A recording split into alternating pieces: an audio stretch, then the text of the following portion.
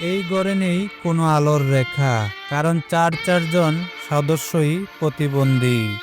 জন্ম থেকেই পারিসা বেগম দেখতে পান না। তার দুই ছেলে পারভেজ আর হামিম, তাদের চোখও অন্ধকার। আর স্বামী শাহীন বুদ্ধি প্রতিবন্ধী। তবুও হাল ছাড়েননি পারিসা বেগম।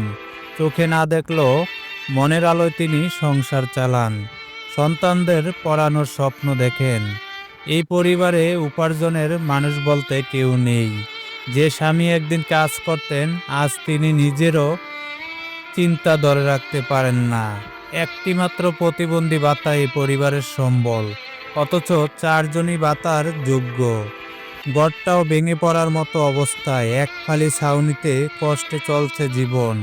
প্রতিবেশীরা যেটুকু পারেন সাহায্য করেন, কিন্তু তা এই দুঃখের পাহাড়ে এক ফোঁটা জলের মতো। আপনার একটু সহানুভূতি পারিসা বেগম ও তার সন্তানদের জন্য আলো হয়ে উঠতে পারে। এই ভিডিওটি শেয়ার করুন, হয়তো কারো সহানুভূতিতে ফিরে পাবে জীবনের আলো।